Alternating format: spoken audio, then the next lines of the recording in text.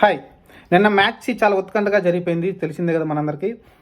ఎలా అంటే 153కి మన 6 వికెట్లు పడిపోవడం, వాళ్ళు 55కి 10 వికెట్లు కోల్పోవడం, ఇలా అయితే చాలా విచిత్రాలైతే జరిగింది నిన్న మ్యాచ్‌లో అయితే.